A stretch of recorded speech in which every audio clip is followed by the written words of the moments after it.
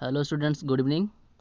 I hope आप लोग बिल्कुल अच्छे होंगे और अपना सारा काम बिल्कुल प्रॉपर ढंग से कर रहे होंगे और जितने लेक्चर जा रहे होंगे सारा काम कर रहे होंगे। ठीक है, आप आगे पीछे कुछ ना सोच करके जो आपको काम मिल रहा होगा आप प्रॉपरली उसको फिनिश कर रहे होंगे। ठीक है, हमारा चैप्टर नंबर 4 चल रहा है फिजिक्स का, जो कि मैग्नेटिज़म से है, मैग्नेटिज़म का पार्ट है।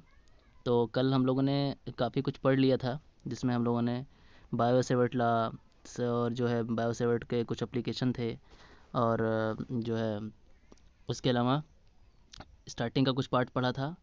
तो आज हम लोग कंटिन्यू करते हैं इसे। ठीक है, और देखते हैं और कौन से एप्लीकेशन हो सकते हैं और कौन सी सारी चीज़ें हो सकती हैं इस चैप्टर से लेकर के। ठीक है, आज हम लोग इसमें एम्पियर सर्कुलर लॉ भी पढ़ेंगे, जो कि एम्पियर सर्कुलर लॉ ये है कि जब जहाँ पे हमारा बायो-सेवर्ट लॉ फ्लॉप हो जाता है, ठीक है, तब ये एम्पियर सर्कुलर लॉ काम करता है। मतलब किसी भी तरह का कंडक्टर हो, चाहे वो टेढ़ा मेढ़ा हो, चाहे हाफ डिस्ट्रीब्यूशन करंट हो उस पर, चाहे वो सर्कुलर हो, कैसा भी हो, वो हर जगह कंडक्टर से अगर मैग्नेटिक फील्ड हमें निकालना है तो उसके लिए हम लोग एम्पियर सर्कुलर लॉ अप्लीकेबल करा सकते हैं। हर जगह ये अप्लीकेबल होता है। ठीक है, चलो स्टार्ट करते हैं। टॉपिक है, यहाँ पे देखेंगे आप कि ये डायरेक्शन ऑफ मैग्नेटिक फील्ड जो होती है वो कैसे होती है जब कोई इन्फिनिटी लॉन्ग कंडक्टर होता है। ठीक है, तो देखो बेसिकली ये फार्मूला होता है और यहाँ से हम देख पाएंगे तो जो हमारा मैग्नेटिक फील्ड होता है वो directly proportional to distance of point होता है, डिस्टेंस ऑफ कंडक्टर जो होता है, जो जिस पॉइंट पे हमें निकालना होता है मैग्नेटिक फील्ड, तो उसके क्या होता है, ये इनवर्सली प्रोपोर्शनल होता है। अच्छा देखो, यहाँ खास बात मैक्सवेल का है। मैक्सवेल का जो थंब रूल आया था वो ये सारी चीज़ें डिफाइन करता था। इसमें आप ध्यान से देखें कि करंट ऊपर की डायरेक्शन में जा रहा है। ठीक है, तो करंट की ऊपर की डायरेक्शन में जा रहा है तो मैग्नेटिक फील्ड कैसी जा रही है, एंटी क्लॉकवाइज। ठीक, एंटी क्लॉकवाइज जा रही है। और वहीं अगर करंट नीचे की डायरेक्शन में जा रहा है तो जो मैग्नेटिक फील्ड है वो क्लॉकवाइज जा रही है। ठीक, इस बात को आपको ध्यान रखना है कि ये दोनों ही मैक्सवेल के थंब रूल थे। ठीक है, यहाँ और क्लियरली आप समझ सकते हो। ये देखिए कि थंब, जिस तरफ थंब होता है उधर करंट है और जिधर बाकी की जो फिंगर्स होती हैं मुड़ी हुई उस डायरेक्शन में चलती हैं हमारी मैग्नेटिक फील्ड। ठीक है, मैग्नेटिक फील्ड लाइंस। तो ये थंब रूल होता है और यहाँ पे सारी बात लिखी हुई है, आप पढ़ के समझ सकते हो कि if we hold an straight conductor the grip of our right hand in such a way that the extended thumb point in the direction of current. ठीक है, जो थंब होता है वो पॉइंट ऑफ किसको पॉइंट करता है, डायरेक्शन ऑफ करंट को। Then direction of curl of finger, जो कर्ल ऑफ फिंगर होती हैं पूरी कर्ल, तो वो किसकी होती हैं, वो मैग्नेटिक फील्ड के डायरेक्शन में होती हैं। ठीक है, यही हो गया राइट थंब रूल। ओके, तो ये बात समझ में आ गई होगी। और यही सेम चीज़ थी मैक्सवेल के कॉर्क रूल में, ये भी वही कहानी थी कि करंट ऊपर डायरेक्शन में, तो देखो इस तरफ मैग्नेटिक फील्ड फ्लो कर रही है, करंट नीचे के डायरेक्शन में, तो मैग्नेटिक फील्ड इस डायरेक्शन में फ्लो करेगी। ओके, तो ये छोटे छोटे रूल्स हैं, इनको माइंड में थोड़ा रखना होगा और इसको समझना होगा। ठीक है, बाकी यहाँ पे आप देख सकते हो डिस्टेंस दे रखे हैं, इतने डिस्टेंस से मैग्नेटिक फील्ड निकालना है, ये फार्मूला लगा दोगे। ठीक है, म्यू नॉट बाई 2 पाई की वैल्यू पता है, म्यू नॉट की वैल्यू अगर आपको नहीं पता तो म्यू नॉट की वैल्यू होती है 4 पाई 10⁻⁷, जो आपने प्रीवियस क्लासेस में सीख रखा है। ठीक है, तो वैल्यू उठा के आप रख देंगे, फटाक से आंसर आ जाएगा। ओके, तो ये छोटे छोटे क्वेश्चन आप इनको कम से कम कर लीजिए और थोड़ा एक्सपीरियंस बना लीजिए। आपने कुछ जो थोड़े बहुत फार्मूले सीखे हैं उनसे न्यूमेरिकल करने से एक्सपीरियंस बनता है। ठीक है, अभी हमारे पास इतना टाइम नहीं हो पा रहा है, वरना मैं न्यूमेरिकल को अच्छे से कराता। बट अभी हम लोग क्या काम करेंगे, अभी स्किप करके आगे बढ़ेंगे, उसके बाद फिर हमें टाइम बिल्कुल मिलेगा आफ्टर 45 डेज़ का जो हमारा मटेरियल है। बहुत सारे बच्चे सोच रहे होंगे कि सर ने 45 डेज़ का मटेरियल कर तो दिया बट वो ख़त्म नहीं हो पाएगा किसी भी हालत में। आप टेंशन मत लीजिए, वो मेरी जिम्मेदारी है। ठीक है, मैं थोड़ा सा बिजी हूँ इसलिए प्रॉपर क्लास नहीं ले पा रहा, बट एकदम श्योर है कि मैं 45 डेज़ में ख़त्म करूँगा, भले आप प्रेशर ज़्यादा देना पड़ जाए मुझे। ठीक है, भले मैं एक दिन में 3-3 लेक्चर दूँ वो अलग बात है, अभी नहीं हो पा रहा है, बट ये चीज़ होगी ज़रूर। ठीक है, आप अभी जो मिल रहा है आप उस पर काम करिए, ये मत सोचिए कि हाँ क्या होने वाला है, आगे क्या होगा, लेक्चर नहीं मिलेगा या फिर पूरा हो पाएगा या नहीं हो पाएगा। आपको जो लेक्चर मिल रहा है आप उस पर काम करिए, बाकी की चीज़ मुझ पर छोड़ दीजिए। ठीक है, आगे देखिए यहाँ पे magnetic field at the centre of circular current loop. अब ये देखिए बिल्कुल बहुत मज़ेदार आ गया। अब देखिए यहाँ पे सर्कुलर है ये, ठीक है, एक लूप है। अब उसके सेंटर पे हमें बताना है क्या, मैग्नेटिक फील्ड, तो क्या आएगा। ठीक है, चलो इसका पूरा हम लोग जो डेरिवेशन करेंगे अच्छे से समझेंगे। पहले नॉर्मली देख लेते हैं, ये देखिए आया हुआ है, ये फॉर्मूला आया हुआ है। ठीक है, सेंटर पे, तो इसको हम लोग प्रूव करते हैं, इसका डेरिवेशन करते हैं, एग्जाम में अक्सर आता रहता है। ठीक है, चलो स्टार्ट करते हैं। हाँ, तो स्टार्ट करते हैं, पहले सर्कुलर लूप बना लेते हैं हम लोग। ये सपोज दैट एक सर्कुलर लूप हमारा यहाँ से यहाँ तक का हो गया। ओके, इस सर्कुलर लूप में अगर करंट फ्लो कर रही है, ठीक, ये करंट यहाँ से गई है, आई करंट, और यहाँ पहुँची है, और यहाँ होते हुए ये इस तरफ से इधर बाहर निकल रही है, ठीक। ये कोई करंट है। अच्छा, अब इसके सेंटर पे हमें बताना है मैग्नेटिक फील्ड क्या होगा, ठीक। ऐसे में अगर हम सेंटर पे पता करना चाहें इस पॉइंट पे कि मैग्नेटिक फील्ड क्या हो तो कैसे पता करें, तो सेम वही प्रोसेस है कि पहले हमें एक छोटे पॉइंट से काटना होगा। सपोज दैट एक छोटा पार्ट हमने यहाँ से काटा, ये छोटा पार्ट क्या कहलाएगा, डी एल कहलाएगा, आप ये जानते हो, ठीक है। तो इसकी डिस्टेंस यहाँ से अगर हम क्या मान लेते हैं, आर मान लेते हैं, ठीक है। इस पॉइंट की डिस्टेंस आर मान लेते हैं। तो according to Biot Savart law, आपने पढ़ रखा है, बायो सेवर्ट लॉ क्या कहता है, पहले हम लोग जब भी अप्लाई करते हैं तो बायो सेवर्ट लॉ लगाते हैं। तो बायो सेवर्ट लॉ क्या कहता है कि small part of magnetic field equals to mu naught by 4 pi, और उसके बाद क्या होता है आई और डी एल, ठीक है, वेक्टर, और इनका जो वेक्टर था, वेक्टर प्रोडक्ट था वो आर वेक्टर, और नीचे क्या था, आर क्यूब था। ये चीज़ आपने पढ़ रखी है बेसिकली, ठीक है। तो अब यहाँ से हम लोग काम करेंगे और यहाँ से सारी वैल्यूज़ को पुट करेंगे और इसका क्या कर देंगे, इंटीग्रेशन। आप जानते हो कि पहले स्मॉल निकालते हैं तो डी वी लगा होता है, फिर इंटीग्रेशन करते हैं तो पूरा पता चल जाता है, क्योंकि हमें इस पॉइंट पे जो पता करना है मैग्नेटिक फील्ड, ये पी पॉइंट पे मैग्नेटिक फील्ड इस पूरे होल वायर से पता करना है ना, तो इंटीग्रेशन करना पड़ेगा। तो पहले हमने बेसिक लिख लिया D V equals to mu naught by 4 pi, और यहाँ पे हमारा आई ऐसे ही रहा, और इन दोनों का क्या हो जाएगा, इन दोनों का वेक्टर प्रोडक्ट क्या होगा, ये हो जाएगा आसानी से डी एल आर, ठीक, और साइन थीटा। तो थीटा मतलब डी एल और आर के बीच में एंगल कितना बनेगा, देखिए यहाँ से ये आपका डी एल है, आर इधर जा रहा है, तो दोनों के बीच में कितना डिग्री बना, 90 डिग्री बना, ठीक है। ये 90 डिग्री बन रही है, तो यहाँ लिखेंगे साइन 90 डिग्री अपॉन क्या लिखते हैं, आर स्क्वायर। क्लियर, इतना बात आप नोट कर लीजिए, फिर हम आगे बढ़ते हैं। तो एकदम बेसिक सा फंडा जो आ चुका था वो मेरा ये था कि D V equals to mu naught by 4 pi I D L, कितना आ गया था, sine 90, okay, upon R square, okay. इतनी चीज़ आपको माइंड में रखनी है, क्योंकि यहाँ पे हमने देखा था कि ये सर्कुलर लूप था, और इस सर्कुलर लूप का ये यहाँ इस पॉइंट पे हमें निकालना था, और यहाँ से ये डी एल पार्ट काटा था, तो ये डिस्टेंस हो गया, डी एल हो गया, और ये आर हो गई। तो इन दोनों में कितना एंगल बन रहा है, 90 डिग्री बन रहा है, ठीक है। तो 90 डिग्री बन रहा है, इसीलिए यहाँ 90 डिग्री हो गया, ठीक है। बाकी फार्मूला तो आपको पता ही है। फिर बेसिकली ये आगे बढ़ जाएगा, डी वी इक्वल्स टू, ये आ जाएगा म्यू नॉट, फिर 4 पाई, और ये हो जाएगा आई डी एल, और ये साइन 90 की वैल्यू हो जाएगी 1 बाई आर स्क्वायर हो जाएगा, ठीक। अब इस वैल्यू को हमें क्या करना होगा, हमें पूरा चाहिए, तो क्या करना, बाई इंटीग्रेटिंग बोथ साइड। तो हम इसका क्या कर देंगे, इंटीग्रेशन कर देंगे। देखिए इंटीग्रेशन पे अभी हम वीडियो बनाने वाले हैं, सारी चीज़ पे दे देंगे। इंटीग्रेशन बहुत इंपॉर्टेंट हो जाता है हमारे फिजिक्स वाले बच्चों के लिए या मैथ्स वाले बच्चों के लिए, ठीक है। तो अब यहाँ पे हम ले लेंगे ये चीज़, तो ये पूरा क्या हो जाएगा, कैपिटल बी हो जाएगा टोटल, क्योंकि थोड़ा सा था, इंटीग्रेशन करने के बाद पूरा बी मिलेगा, ठीक है, पूरा मैग्नेटिक फील्ड मिल जाएगा। और यहाँ से आप देखोगे कि यहाँ से जो वैल्यूज़ हैं जो यहाँ मैच नहीं कर रही हैं, तो सारी वैल्यू किस तरह बिहेव करेंगी, एक कांस्टेंट की तरह, ये बाहर हो जाएंगी, कांस्टेंट की तरह बिहेव करेंगे जो चीज़, वो बाहर हो जाती हैं। तो mu naught 4 pi I by R square हो गया बाहर, इंटीग्रेशन डी एल बचा।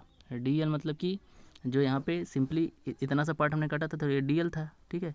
तो ये पूरा पार्ट होगा, तो पूरा सर्कल है, तो सर्कल का ये पेरीमीटर तो है, तो पूरा इंटीग्रेशन के बाद क्या बचेगा, तो यहाँ आपको ध्यान रखना है।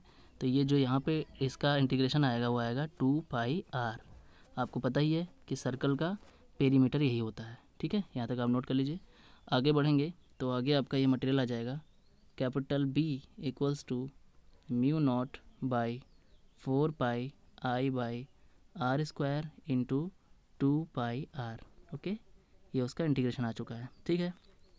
2 पाई से 2 पाई कैंसिल, मीन्स पाई से, हाँ 2 पाई कैंसिल हो गया, और आर से आर कैंसिल हो गया, मीन्स यहाँ पे आप देखोगे तो फाइनली क्या आएगा आपका, म्यू नॉट आई बाई, ये 2 2 जा 4 चुका था, तो ये 2 आर आया हुआ है। क्लियर, तो यही आपका हो गया। जब भी आप न्यूमेरिकल करोगे किसी सर्कुलर लूप का अगर मैग्नेटिक फील्ड निकालते हो तो आप यही फार्मूला लगाओगे, ओके। ये माइंड में आपके आ जाना चाहिए एकदम से। अब देखो किसी किसी क्वेश्चन में ये आर की जगह ए लिखा होता है, तो कोई दिक्कत वाली बात नहीं है। वो जो ये सर्कुलर लूप का मिड पॉइंट का जो डिस्टेंस लेते हैं वो क्या लेते हैं, ए लेते हैं। क्लियर, तो यही फार्मूला कन्वर्ट होके क्या हो जाता है, mu not I by 2a हो जाता है, ठीक।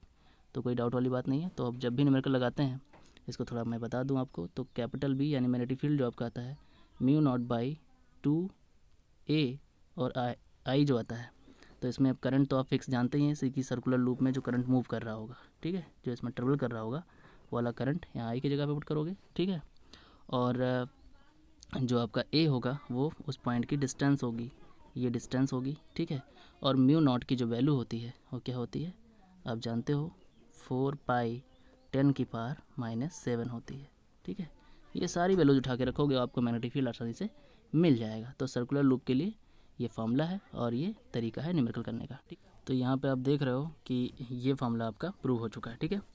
और देखो अब ऐसे ही मान लेते हैं कि जो वो कॉयल था या फिर वो लूप था, तो वो सिंगल लूप के लिए हमने निकाला था, ऐसे ही सिंगल लूप था, लेकिन इसके किनारे किनारे अगर बहुत सारे लूप हो जाएं, 1 2 3 ऐसे ही बहुत सारे लूप्स हो जाएं, तो उसके लिए हम क्या करेंगे, उसके लिए अगर फिर हमें सेंटर पे निकालना हो मैग्नेटिक फील्ड यानी पी पॉइंट पे, तो हम कैसे निकालेंगे मैग्नेटिक फील्ड इस पी पॉइंट पे। तो आप कैसे निकालोगे, कुछ नहीं, जो नंबर ऑफ़ ये आपकी कॉयल है, इसको कॉयल बोल दिया जाएगा, जितने नंबर ऑफ़ कॉयल हैं आपके 1 2 3 4, ये जितने हैं कॉयल्स ये पता है अगर आपको, तो आप उसी में मल्टीप्लाई कर देना यहाँ ऊपर उसी कॉयल से, यानी उसको n से कहा जाता है, इसीलिए फार्मूला बन गया यहाँ पे ये b equals to mu naught n i by 2a। तो यहाँ पे जो नंबर ऑफ़ कॉयल है वो मल्टीप्लाई हो गया, यानी n मल्टीप्लाई हो गया बस, ठीक है। तो बिल्कुल सिंपल सा मैटर था, ऐसे न्यूमेरिकल मिलेंगे आपको क्लियरली ये माइंड में होना चाहिए कि बस कॉयल मल्टीप्लाई हो जाता है, लूप जितने होते हैं वो मल्टीप्लाई हो जाते हैं, ठीक है, नंबर ऑफ़ टर्न्स मल्टीप्लाई हो जाते हैं, ठीक है। ठीक है, अब फिर से वही है, सर्कुलर करंट लूप है, लेकिन यहाँ पे थोड़ा ध्यान दीजिएगा, बहुत इंपॉर्टेंट है ये और इसको समझना बहुत ज़रूरी है, ठीक है। ये समझ नहीं आता, बहुत लोगों को प्रॉब्लम हो जाती है इसमें, ठीक है। तो सर्कुलर करंट लूप है एक, बिल्कुल वही लूप जो अभी आपने पढ़ा, बट इसमें थोड़ा चेंजिंग है, ठीक है। पहले हम फिगर के बारे में पूरा अच्छे से एनालिसिस कर लेते हैं। तो सपोज दैट आपका ये एक सर्कुलर करंट लूप है, ओके, इसमें करंट फ्लो कर रही है, क्लियर। अब ध्यान से देखिए, इसमें हो क्या रहा है, करंट फ्लो तो कर रही है, बट पहले हम लोग इसके सेंटर पे निकालते थे मैग्नेटिक फील्ड, ओके, बट इसके एक्सिस पे निकालना है, एक्सिस मतलब कि यहाँ कहीं, ठीक है। हमें इस जगह पे बताना है कि मैग्नेटिक फील्ड क्या होगा, इस पॉइंट पे बताना है, तो इसके एक्सिस पे बताना है, ठीक है। तो वही है कि मैग्नेटिक फील्ड जो हमें बताना है, यहाँ पे आप लिख सकते हो कि मैग्नेटिक फील्ड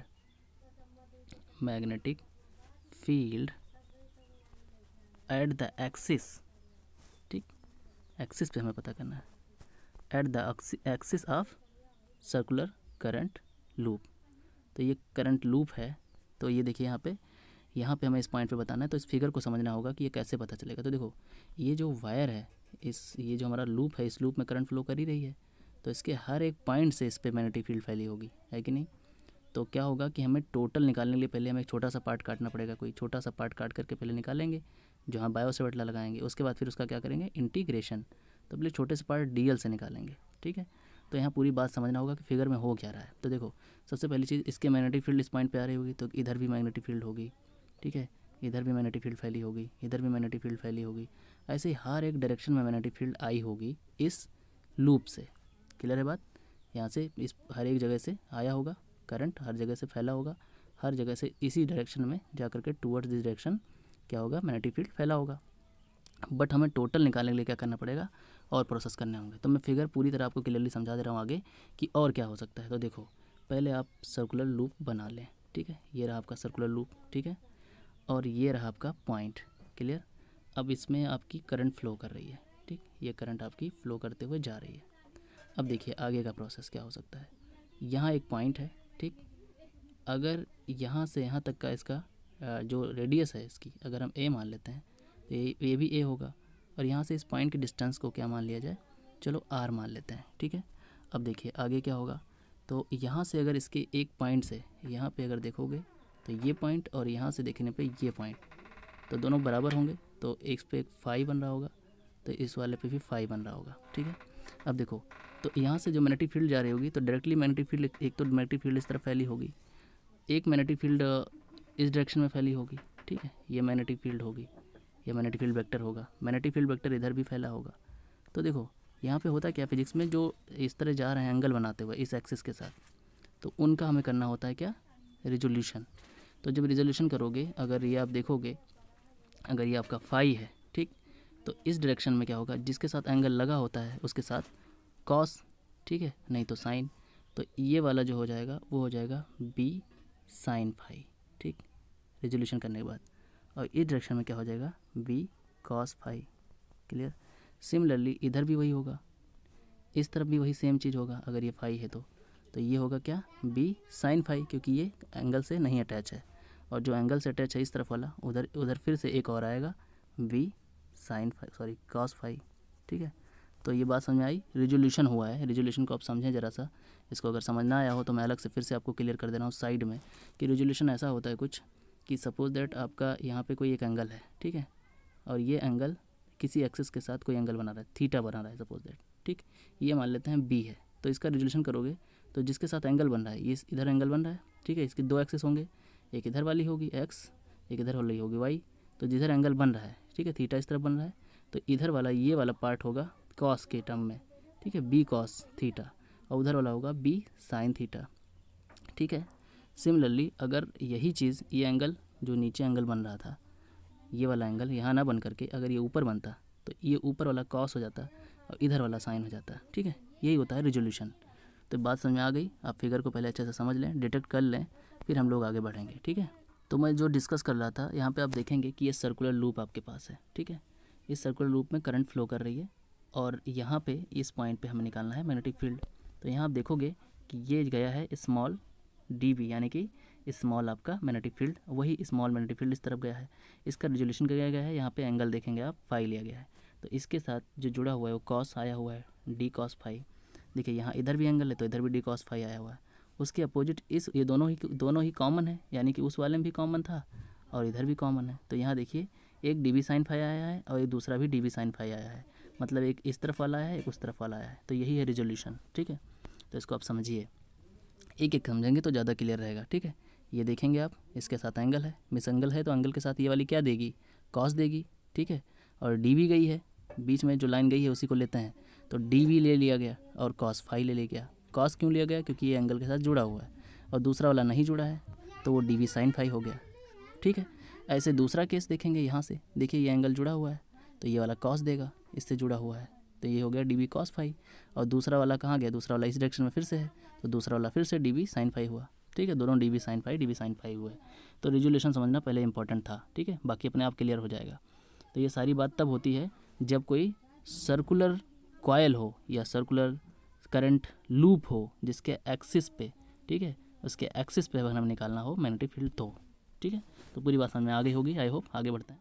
तो पहले हमें बायो-सेवर्ट लॉ लगाना है। ठीक है, बायो-सेवर्ट लॉ से पहले स्मॉल डिस्टेंस यानी डीएल से हमें निकालना होगा कि क्या हो रहा है मैग्नेटिक फील्ड। ठीक है, तो पहले हमें क्या करना होता है, करंट में और डीएल में जो डिस्टेंस है, ठीक है, उनमें हमारा फार्मूला देखेंगे, एंगल देखेंगे, ठीक है, कितना एंगल बन रहा है, क्या हो रहा है। तो देखिए पहले ये फार्मूला हो गया आपका बायो-सेवर्ट लॉ का, और यहाँ पे आप देखोगे कि जो डिस्टेंस है और जो डीएल है यानी कि करंट कैरिंग लूप जो है उसका जो स्मॉल पार्ट काटा गया है उसमें और दोनों में क्या एंगल बन रहा है, 90 डिग्री, एक दूसरे के परपेंडिकुलर है। तो साइन 90 रखोगे यहाँ पे, साइन 90 की वैल्यू 1 होती है, तो ये फार्मूला बन जाएगा, है ना, ये फार्मूला कन्वर्ट होकर इसमें आ जाएगा। क्लियर। अब आगे बढ़ोगे आप, आगे की कहानी क्या है। अब यहाँ पे पूरी बात समझने की कोशिश करें कि आगे क्या हो रहा है। तो आप देखोगे कि एक्जियल, इसके एक्जियल या एक्जियल एक्सिस, एक्सियल जो एक्सिस पॉइंट है, ठीक है, एक्सियल पॉइंट है जो उसका, उस पॉइंट पे अगर हम मैग्नेटिक फील्ड देख रहे हैं तो टोटल कितना होगा, डी बी साइन फाई होगा, क्योंकि रिजल्टेंट निकला है। ठीक है, तो उसका रिजल्टेंट कितना आया है वो क्या करना पड़ेगा, रिजल्टेंट का हमें करना होगा इंटीग्रेशन। बात को समझिए, तो आया है डी बी साइन फाई, ये आया हुआ है आपका नॉर्मली डी बी। ठीक है, अब इसका कर दोगे इंटीग्रेशन बोथ साइड, तो ये कैपिटल बी हो जाएगा और ये आपका हो जाएगा डी बी की वैल्यू जो आपने अभी पीछे निकाली है, तो वो क्या आई हुई है, mu naught by 4 pi I D L, ठीक, अपॉन आर स्क्वायर। ठीक है, साइन 91 हो चुका था, क्लियर है। और यहाँ पे रहेगा आपका साइन फाई, ठीक, और फाई अंदर है तो डी फाई के रिस्पेक्ट में हमें करना होगा इसका इंटीग्रेशन। तो ये इंटीग्रेशन में करना होगा, बेसिकली वही चीज़ लिखी हुई है, आप यहाँ पे देख सकते हो। बस यहाँ पे एक्स्ट्रा जो होगा उसी का हमें वैल्यू निकालना होगा। जूम कर दूँ, थोड़ा क्लियर नहीं लग रहा होगा बट समझने की कोशिश करो, मैं बोल रहा हूँ एटलीस्ट। तो देखो यहाँ पे ये चीज़ आप देख रहे हो कि हो गया, इसका इंटीग्रेशन किया गया। अब यहाँ पे सारी वैल्यू पुट कर दी गई हैं सिवाय साइन फाई के। तो साइन फाई अगर वहाँ निकालोगे आप फिगर में जा कर के, तो साइन फाई आपका आसानी से आ जाएगा A/S। फिगर आप देखोगे तो A/S आ जाएगा। वही चीज़ यहाँ पे पुट कर दी गई है इसकी जगह पे, ठीक है। तो आप देख पाओगे कि फाइनली ये चीज़ क्या बन जाएगी। यहाँ से DL को अलग कर दिया जाएगा, ठीक है, क्योंकि DL में ही लगा हुआ है D, और D तो उसी का इंटीग्रेशन कर सकते हैं, तो उसी का इंटीग्रेशन होगा। तो फिर से वही क्या होगा, 2πr हम लगाएंगे, क्योंकि यहाँ पे जो लूप है वो आपका बिल्कुल वही है। देखिए यहाँ पे थोड़ा समझिए ध्यान से कि जो हमारा यहाँ पे मटेरियल आया हुआ है, अभी हमने जो किया, ये आया हुआ था, इसकी वैल्यू, और इसी को हमें उठा के रखना है। मैं पेज एक नया पेज लेता हूँ ताकि आपको क्लियरली समझ में आए। हाँ, तो मैं बात कर रहा था कि क्या आया हुआ था, तो जो नेट आया हुआ है B, वो आया हुआ है इंटीग्रेशन dv साइन फाई, ठीक है, ये आया हुआ है। अब इसका इंटीग्रेशन जब करोगे तो ये किसके रिस्पेक्ट में होगा, अभी बेसिकली अभी कुछ आइडिया यहाँ पे नहीं है, पहले हम वैल्यू पुट करेंगे, ठीक है। तो वैल्यू पुट करने का मतलब ये है कि यहाँ पे dv की वैल्यू पुट करो। तो dv की वैल्यू जो आपकी है वो पीछे आपने निकाली है, वो dv इक्वल्स टू आपका क्या आया हुआ है, वो आया हुआ है μ0/4πi/dl/s², ठीक है, क्योंकि s माना गया था, ठीक है। ये आपका लूप था, ये आपका पॉइंट था, और ये स्मॉल डिस्टेंस dl लिया गया था, और यहाँ से इसको s माना गया था, ठीक है। ये पूरा a था, ओके, और ये हमारा फाई था, और यहाँ पे हमने ये निकाला था रिजल्टेंट ये आया हुआ था टोटल रिजल्टेंट, जो कि यहाँ हमने लिख रखा है, ठीक है। बात समझ में आ रही है आपको। अब देखिए हम यहाँ पे क्या करेंगे, वैल्यू पुट कर देंगे, ये वाली वैल्यू उठा के पुट करेंगे, तो आपका आएगा b इक्वल्स टू इंटीग्रेशन μ0/4π, और ये वैल्यू आई हुई है IDL/s², ठीक है। और यहाँ पे साइन फाई आपका ऐसे लिखा रहेगा, ठीक है। अब साइन फाई की वैल्यू चाहिए हमें, तो साइन फाई इस फिगर से निकालेंगे। तो यहाँ आप देखोगे कि साइन फाई की वैल्यू क्या आ रही है, A/S आ रही है, ठीक है, क्योंकि ये फाई है और ये अब A हमारा, ठीक है, यहाँ पे समझ आ रहा होगा। और ये डिस्टेंस R है एक्चुअली, ये पूरा S था, ये डिस्टेंस S थी। तो आप देखोगे कि इसके सामने परपेंडिकुलर है, हाइपोटेनिस है। फार्मूला क्या होता है, परपेंडिकुलर बाय हाइपोटेनिस, साइन का फार्मूला होता है। तो आराम से उठा के रख दोगे तो ये आ गया। अब A/S उठा के हम लोग इस जगह पे पुट करेंगे, ठीक है।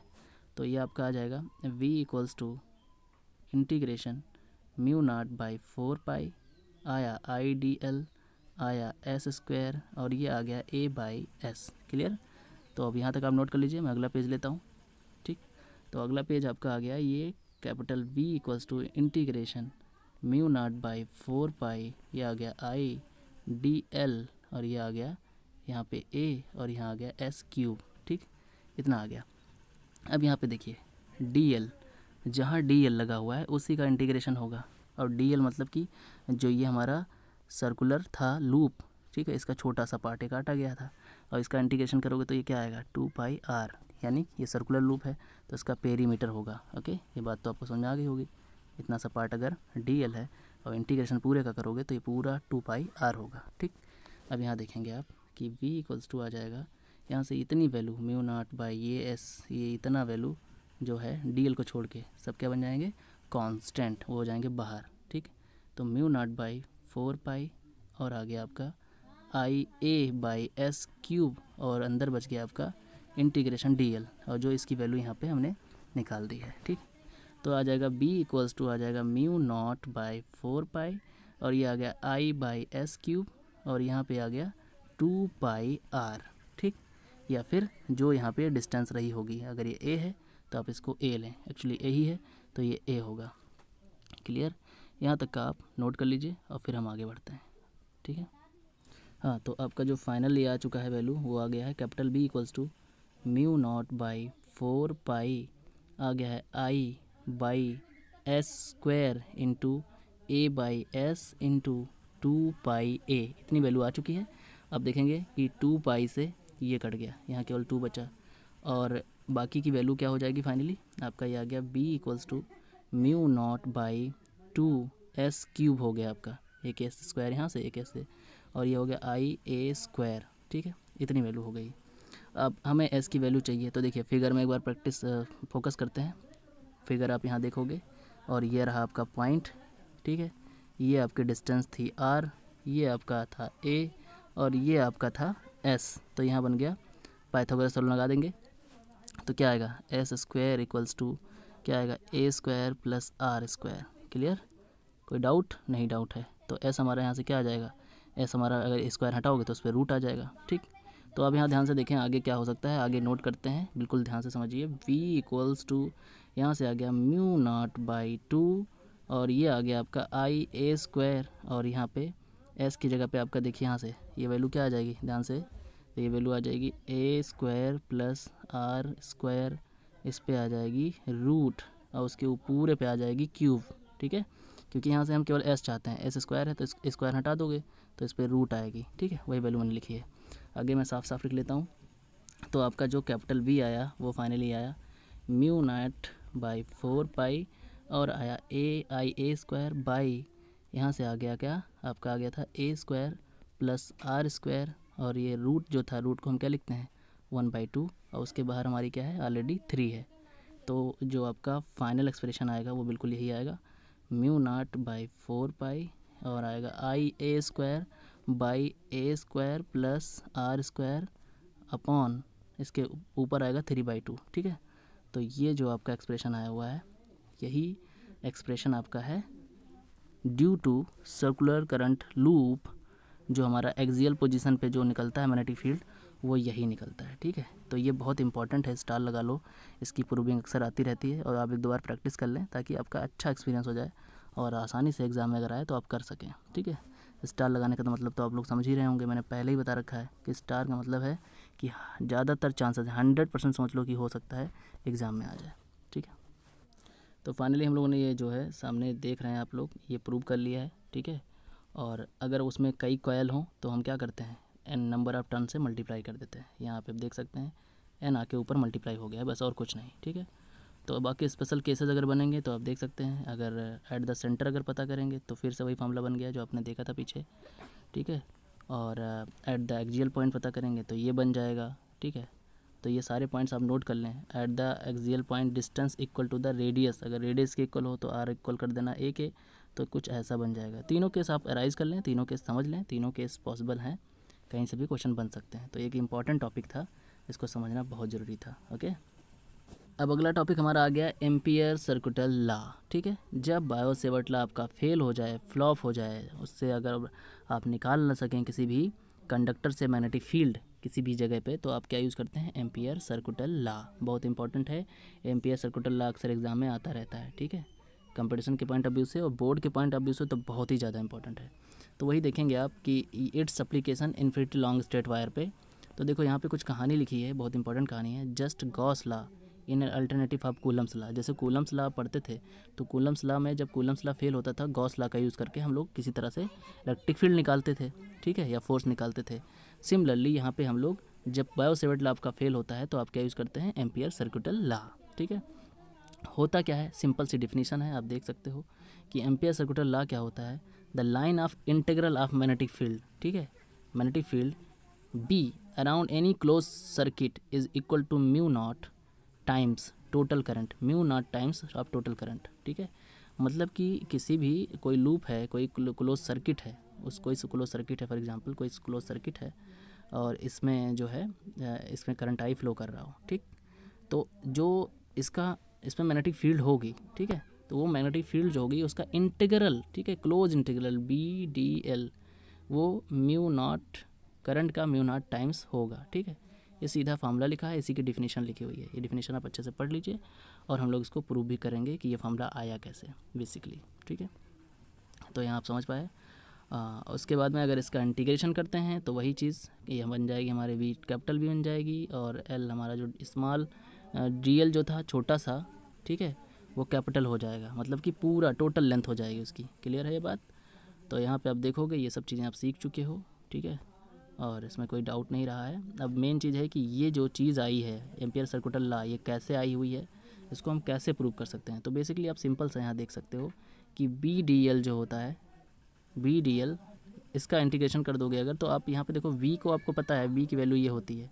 अब ये किसके लिए है, किसी line integral of magnetic field along the circular path के लिए, ठीक है, सर्कुलर पाथ के लिए। तो यही सर्कुलर पाथ आपने पीछे पढ़ा है, वो पुट कर दिया जाएगा और पुट करने के बाद अब DL क्या होगा, सर्कुलर पाथ के लिए 2πr आएगा उसका इंटीग्रेशन, ठीक है। तो 2 से 2 कट जाएगा, पाई से पाई कट जाएगा, ठीक है, R से R कट जाएगा, तो सिंपली म्यू नॉट आई बचेगा। तो ये प्रूव हो जाता है, ठीक है, एम्पियर सर्कुलर लॉ यही है। बट हम इसको और क्लियरली समझेंगे, ठीक है, और इस पर काम करें।